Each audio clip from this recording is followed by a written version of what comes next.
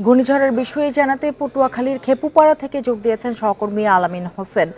আলামিন, একটু জানতে চাই যে কি ধরনের ক্ষয়ক্ষতি হয়েছে আর কত সংখ্যক মানুষ এখন পর্যন্ত পানিবন্দী রয়েছেন।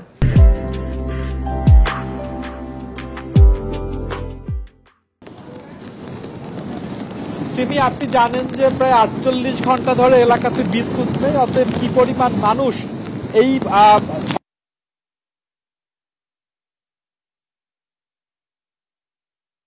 আমরা এই মুহূর্তে নীলগঞ্জের একটি ইউনিয়ন কলাপাড়া সেখানে রয়েছি।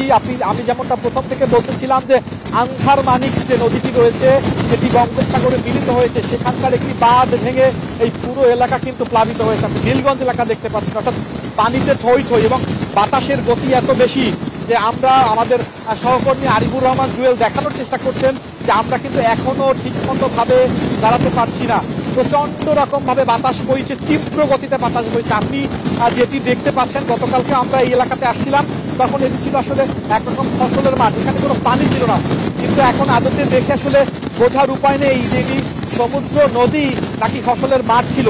হুহু করে লোকালয়ে পানি ঢুকছে। আমরা বেশ কিছু বাড়িতে গিয়েছিলাম মহিপুরে, সেখানে দেখেছি ঘরের উপর কারো গাছ পড়ে রয়েছে, কারো ঘরের টিনের চালা উড়ে গিয়েছে, গোয়াল ঘর উড়ে গিয়েছে, অর্থাৎ এবং রান্নার যে একটি বিষয় থেকে থাকে। আপনি নিশ্চয়ই দেখতে বাতাসের তীব্রতা আপনি টের পাচ্ছেন। প্রচন্ড গতিতে এখানে এখনো প্রচন্ড গতিতে বাতাস বইছে। অর্থাৎ আমরা গতকাল রাতে যেরকম বৃষ্টি হয়েছিল, বিশেষ করে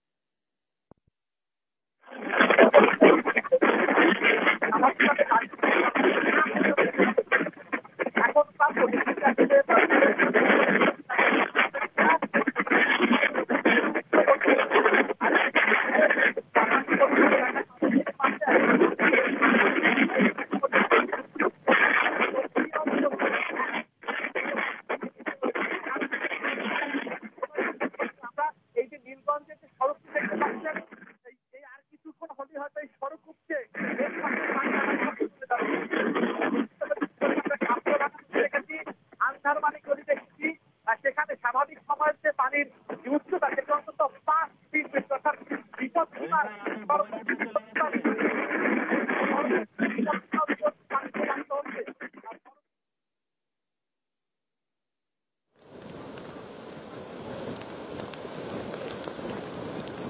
অডিও নাই অডিও।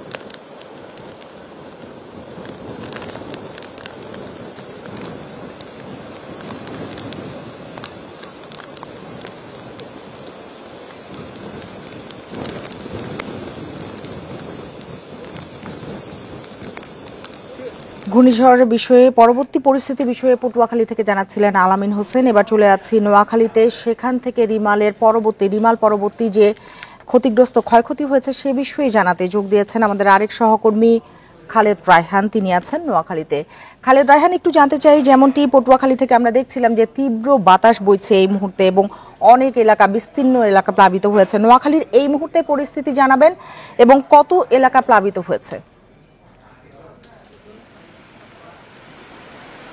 দেখুন, পটুয়াখালী থেকে নোয়াখালীর চিত্র কিছুটা ভিন্ন, যদিও বাতাস কিন্তু গত প্রায় সকাল থেকে যদি বলি ভোর থেকে কিন্তু তীব্র বাতাস এখান থেকে বইছে এবং বৃষ্টি থেমে থেমে হচ্ছে। প্রায় 9:30 থেকে 10টা পর্যন্ত বৃষ্টির পরিমাণ বেশি থাকলে এখন বৃষ্টি খানিকটা কমেছে, তবে গুড়ি গুড়ি বৃষ্টি হচ্ছে। কিন্তু যেটি হচ্ছে ঘটনা সেটা হচ্ছে যে এখানে প্রচুর বাতাস কিন্তু বইছে। নিশ্চয়ই দেখতে পাচ্ছেন যে একেবারে সমুদ্র তীরবর্তী যে জায়গাটা সেখানে কিন্তু আছড়ে পড়ছে যেই ঢেউ, সেটি কিন্তু এখানে এসে আছড়ে পড়ছে। এবং ক্ষয়ক্ষতির কথা যদি বলতে যাই, পটুয়াখালীর তুলনায় আমি যদি বলি এই এলাকায় কিন্তু ক্ষয়ক্ষতি সেই অর্থে কম হয়েছে। যদিও নদী গর্ভে বা সাগর গর্ভে অনেকখানি জায়গা বিলীন হয়ে গেছে, সেটি আমরা দেখেছি। গতকালকেও যে জায়গাগুলো আমরা পাড় দেখেছিলাম সেখানে এখন পাড় নেই, সেটি একেবারেই সাগর গর্ভে চলে গেছে।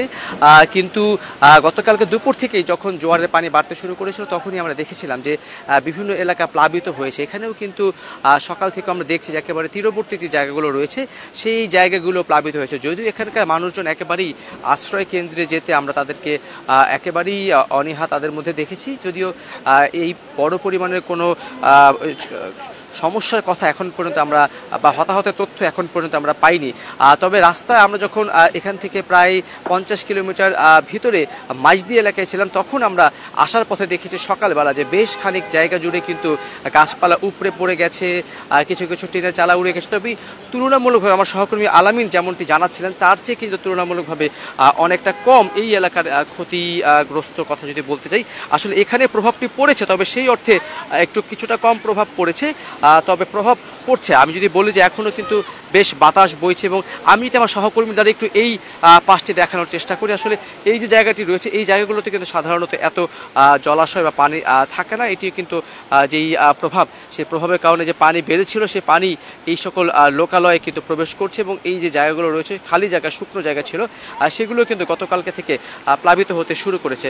সব মিলিয়ে বলা যায় যে এই রিমালের যে প্রভাব, সেটি কিন্তু এখন এই নোয়াখালী এলাকাতে পড়েছে। এবং আরেকটি বিষয় আমি যদি একটু বলি, যে এখান থেকেই কিন্তু প্রায় 1 থেকে 1.5 ঘন্টার পথের সমুদ্র পথের রাস্তা, সেখান থেকে কিন্তু হাতিয়া দ্বীপ রয়েছে, মনপুরা রয়েছে, সন্দ্বীপ রয়েছে, বেশ কয়েকটি দ্বীপ কিন্তু রয়েছে। সে সকল এলাকায় তো আমরা যতটুকু ওইখানকার স্থানীয়দের কাছ থেকে আমরা যতটুকু দেখেছি, যে সেখানে কিন্তু ওইখানেও আমরা দেখেছি যে ওইখানে পানি বেশ খানিকটা উঠেছে। আমি যদি এখানকার চিত্র দেখাতে দেখাতে আরেকটু তথ্য জানাই, সেটা হচ্ছে অন্যান্য যে দ্বীপগুলোর কথা বলছিলাম, প্রায় নোয়াখালী সংলগ্ন এর আশেপাশে অন্তত 8 থেকে 10টি দ্বীপ রয়েছে। প্রত্যেকটি দ্বীপেই আসলে আমরা শুনেছি যে জলোচ্ছ্বাস কিন্তু হয়েছে। তবে সেক্ষেত্রে আবহাওয়া অফিসের পক্ষ থেকে গতকালকে যেই তথ্যটি দেওয়া হচ্ছিল যে 8 থেকে 12 ফিট পর্যন্ত জলোচ্ছ্বাস হতে পারে, সেটি 8 থেকে 12 ফিট পর্যন্ত না উঠলেও এই এলাকাতে আমরা যেমনটি তথ্য পেয়েছি, যেমনটি জেনেছি, যে সব মিলিয়ে প্রায় 4-5 ফিট পর্যন্ত, ক্ষেত্র বিশেষে 7-8 ফিট পর্যন্ত কিন্তু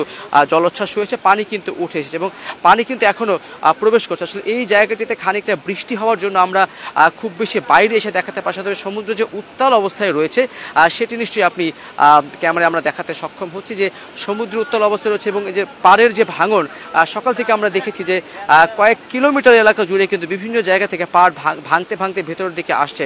এই এলাকার বিভিন্ন জায়গায় নদী রক্ষা বা সাগর রক্ষা বাঁধ দেওয়া হলেও এই কিছু কিছু জায়গায় কিন্তু সেটা দেয়া নেই। আমি এখন যে জায়গাটিতে রয়েছে চেয়ারম্যান ঘাট এলাকা, সেখানেও কিন্তু বেশ কিছু জায়গায় সেটা না থাকায় সেগুলো কিন্তু ভেঙে ভিতরের দিকে বিলীন হচ্ছে, এবং ভিতরে যে জায়গা সেগুলো কিন্তু বিলীন হচ্ছে। একটি বিষয় গতকালকে আমরা স্থানীয় প্রশাসনের কাছ থেকে যেমনটি দেখেছিলাম যে তারা মাইকিং করছেন, তারা নিরাপদ আশ্রয় যেতে বলছেন, কিন্তু সেই ক্ষেত্রে কিন্তু অনেকে আমরা সেই জায়গাটি সেটি কিন্তু পাইনি। আপনি সে দেখতে পাচ্ছেন অনেকেই এখানে অবস্থান করছেন, তারা কিন্তু এখানে অবস্থান করছেন এবং তারা এখান থেকেই মূলত যেটি দেখতে অনেকে আসছেন। আমি একটু দেখানোর চেষ্টা করব যে এখানে আমি যেটা বারবার করে বলছিলাম যে এখান থেকে পানি কিন্তু প্রবেশ করছে এবং পানি প্রবেশ করে এখানে পানি ভিতরে আসছে। যদিও বৃষ্টির কারণে খুব বেশি দেখাতে পারবো কিনা জানি না, তারপরে কিছুটা চেষ্টা করব যাতে এখানকার যেই জায়গাটি রয়েছে সেটিতে আমরা একটু দেখানোর চেষ্টা করছি। নিশ্চয়ই দেখবেন যে পানি কিন্তু ঠিক এই জায়গাটি দিয়ে দেখেন ভিতরে কিন্তু আসতে শুরু করেছে, এবং এই শুধুমাত্র এটিও গতকালকে আমি যদি বলি এখন যে জায়গাটিতে রয়েছে সেটিও প্রায় আমি যদি বলি যে এখান থেকে প্রায় 25 থেকে 30 ফিট পর্যন্ত কিন্তু জায়গা ছিল একেবারে, সেটি কিন্তু এখন সাগর গর্ভে বিলীন হয়ে যাচ্ছে এবং পানি কিন্তু আপনি দেখছেন যে পানি কিন্তু ভিতরে প্রবেশ করছে। এবং এই জায়গাটি দিয়েই গতকালকে কিন্তু আসলে পানি আসার কোনো সুযোগ ছিল না, কিন্তু ভাঙনের কারণে, এই পাড় ভাঙনের কারণে কিন্তু এটা হচ্ছে। এবং দেখতে পাচ্ছেন যে কি পরিমাণের আসলে জলোচ্ছ্বাসের কথা যদি বলি, যে সেখানে কিন্তু হাওয়ার কারণে এই জলোচ্ছ্বাসটা এরকম হচ্ছে। এবং এখান থেকে এ প্রান্ত থেকে হাতিয়া বা সন্দ্বীপ বা অন্যান্য যে সকল বদ্বীপগুলো রয়েছে সেই সকল জায়গাতে কিন্তু একেবারেই এখন সব ধরনের যানবাহন বা সব ধরনের নৌ চলাচল বন্ধ রয়েছে, যার ফলে কেউ যদি সেখানে আটকে পড়ে থাকেন তাদেরও কিন্তু তারা আসলে এখন আসতে পারছেন না। সব মিলিয়ে বলা যায় যে এই নোয়াখালী অঞ্চলের, যদিও নোয়াখালী উপকূলবর্তী একটি অঞ্চল এবং এখানে বিভিন্ন সময় আমরা দেখি যে কোনো রকমের প্রাকৃতিক দুর্যোগের সময় এই ধরনের ঘটনা ঘটে, যদিও এবারের যেই ঘূর্ণিঝড়টি সেটি কিন্তু সরাসরি নোয়াখালী এবং তৎসংলগ্ন এলাকায় আছড়ে না পড়ার কারণে এর কিন্তু যে লেজটি রয়েছে আবহাওয়া অফিসের ভাষ্য মতে, সেটির একটি প্রভাব কিন্তু এই সকল এলাকাতে পড়ছে। এবং এবং এবং সব মিলে যদি বলি এই জায়গায় কিন্তু আসলে আমরা যতটুকু গতবার থেকে জানাচ্ছিলাম যে প্রভাব কিন্তু কম পড়ে। সবচেয়ে বেশি প্রভাব যে জায়গাটিতে পড়েছে পটুয়াখালী অঞ্চল, সেখানে আমাদের সহকর্মী আলামিন হোসেন রয়েছেন। আমরা একটু তার কাছ থেকে আসলে জানতে চাইবো যে পটুয়াখালীর অবস্থা কি রয়েছে। আমি আমার নোয়াখালীর অবস্থা এতক্ষণ জানাচ্ছিলাম, নিশ্চয়ই আলামিন আপনি শুনছিলেন। পটুয়াখালীর এখন কি অবস্থা রয়েছে সেটি যদি দর্শকদের উদ্দেশ্যে জানাতেন, কি পরিমাণে ক্ষয়ক্ষতি হয়েছে, কি পরিমাণের জানমালের নষ্ট হয়েছে, বা নদীর পানি বা সাগরের পানি কি ভিতরে প্রবেশ করছে কিনা। আলামিন যদি বিস্তারিত জানাতেন আপনি যে অঞ্চলে রয়েছেন সেই এলাকা থেকে। রায়হান, আমরা এখন পর্যন্ত ক্ষয়ক্ষতির পরিমাণ উপজেলা প্রশাসন, পটুয়াখালী জেলা প্রশাসনের পক্ষ থেকে এখন পর্যন্ত কিছুই জানাতে পারেনি। এই এলাকা অন্তত 48 ঘন্টা ধরে বিদ্যুৎ বিচ্ছিন্ন রয়েছে, তার কারণে মোবাইল বন্ধ রয়েছে, পাশাপাশি মোবাইলের যে পরিষেবা আর সেটিও নেই। আমরা একদমই যে কেন্দ্র অর্থাৎ আবহাওয়া দপ্তর পক্ষ থেকে বেশ কয়েকদিন ধরে যদি বলা হচ্ছে যে খেপুপাড়াতে হিট করবে, মূলত আমরা একদম সেই কেন্দ্রে দাঁড়িয়ে রয়েছে। আমরা এখন রয়েছি নীলগঞ্জের তাহিরপুর অর্থাৎ নীলগঞ্জ ইউনিয়নের তাহিরপুর গ্রামে। আপনি নিশ্চয়ই দেখতে পাচ্ছেন, আমাদের আরিফুল ইসলাম ক্যামেরায় দেখানোর চেষ্টা করছেন যে এখানে আন্ধার মানিক যে নদীটি রয়েছে সেই নদীর বেড়িবাঁধ ভেঙে হাজিপুর, তাহেরপুর, নীলগঞ্জ সহ অন্তত 5টি গ্রাম প্লাবিত হয়েছে, বিস্তীর্ণ এলাকা ডুবে গেছে। আপনি এখানে স্থানীয়রা যেটি বলছেন যে বেশ কয়েকজন আর বাড়ির মানে টিনের চালা উড়ে গেছে। আপনি নিশ্চয়ই দেখতে পাচ্ছেন যে প্রচন্ড রকম ঝড় এখানে। রায়হান, কোনোভাবেই দাঁড়িয়ে থাকা যাচ্ছে না।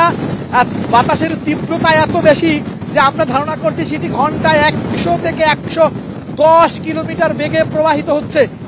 এদিকের পরিস্থিতি আসলে এখনো অত্যন্ত নাজুক। এই এলাকার মানুষজন যারা আশ্রয় কেন্দ্রে গিয়েছিলেন তারা আসলে এখন পর্যন্ত আশ্রয় কেন্দ্রে ফেরেননি। আমরা কুয়াকাটা থেকে আসতে পথে বেশ কিছু জায়গায় বেশ কিছু বাড়িতে গাছ, মোটা গাছ পড়তে দেখেছি, কারো কারো টিনের চালা উপড়ে গিয়েছে।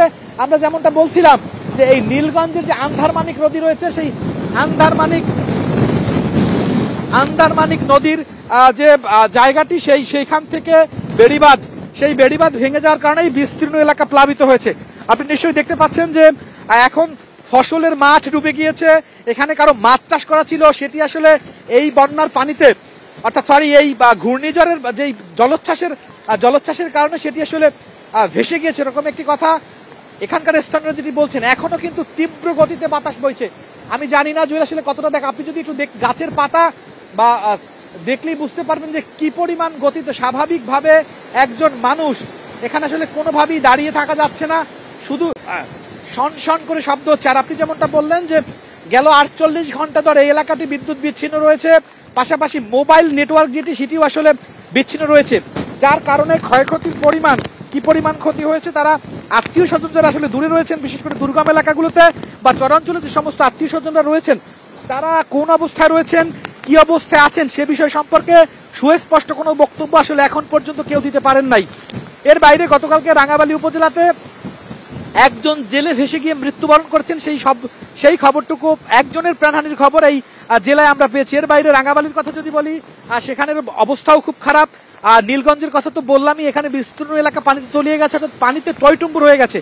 এলাকার মানুষ তারা যদি বলার চেষ্টা করেছেন তারা যারা আশ্রয় কেন্দ্রে ছিলেন গবাদি পশু তাদের এখনো এই আশ্রয় কেন্দ্রে রয়েছে, পাশাপাশি কেউ কেউ এখনো নারী এবং পুরুষ যারা রয়েছেন তারা এখনো আশ্রয় কেন্দ্রে অবস্থান নিয়েছেন।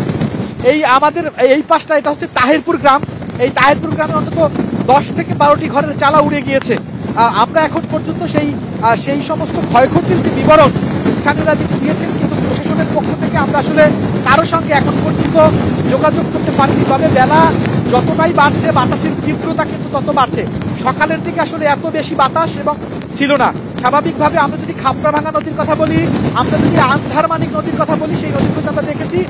আমরা কি বলতে পারি যে পরিস্থিতি আরো খারাপের দিকে যাচ্ছে? আপনি তীব্র বাতাসের জন্য আপনি দাঁড়াতেই পারছেন না, চারিদিকে বিস্তীর্ণ এলাকা কিন্তু ডুবে গেছে, পানিতে তলিয়ে গেছে, নতুন নতুন এলাকাতে পানি প্রবেশ করছে, পরিস্থিতি কি আরো খারাপের দিকে যাচ্ছে?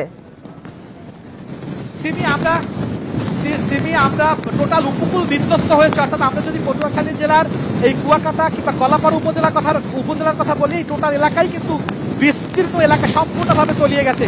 আমি খাপড়াভাঙা নদীর কথা বলছিলাম, আমি আন্ধারমানিক নদীর কথা বলছিলাম, সেখানে স্বাভাবিক সময়ের চেয়ে বিপদ সীমার উপর দিয়ে পানি প্রবাহিত হয়েছে। মহিপুর যে বাজার, সেই বাজারের যে নিম্ন এলাকাগুলো মারাত্মকভাবে তলিয়ে গেছে। সেখানে কোথাও কোথাও হাঁটু আপনি তিনি দেখতে পাচ্ছেন যে বাতাসের গতিবেগ আরো কিন্তু বাড়ছে। আমরা ঠিকভাবে দাঁড়িয়ে থাকতে পারছি না।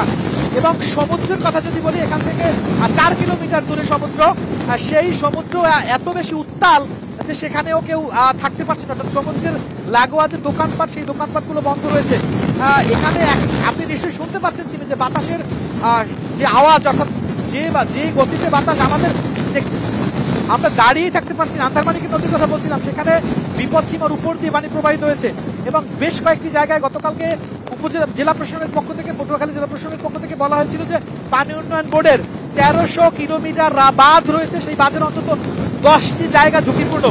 আমরা ঠিক এখনো জানি না যে আসলে কোন কোন জায়গায় বাঁধ ছুটে গিয়েছে। আমরা শুধু এই নীলগঞ্জের তাহিরপুরের যে নীলগঞ্জ রয়েছে সেইখানের কথা জানি।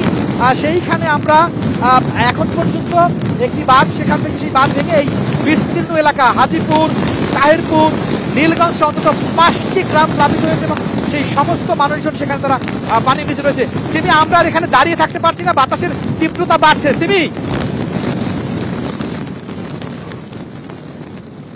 বলছিলেন যে 5টি গ্রাম পানিতে তলিয়ে গেছে, এই যে 5টি গ্রামের যারা বাসিন্দারা আছেন তারা কি আশ্রয় কেন্দ্রে গিয়ে উঠেছেন কিনা? এখানে হাজিপুর যে মাধ্যমিক বিদ্যালয়, সেখানে 5টি সাইক্লোন সেন্টার রয়েছে। আমরা গতকালকে দেখেছি সেখানে আশেপাশের গবাদি পশু যাতে জলের তোড়ে বা পানির তোড়ে ভেসে যেতে না পারে সেই সাইক্লোন সেন্টার নিচে আশ্রয় নিয়েছে। বিশেষ করে নারী এবং পুরুষ যারা, তাদেরকেও আমরা আর কথা বলতে পারছি না, ঝড়ের গতি বাড়ছে।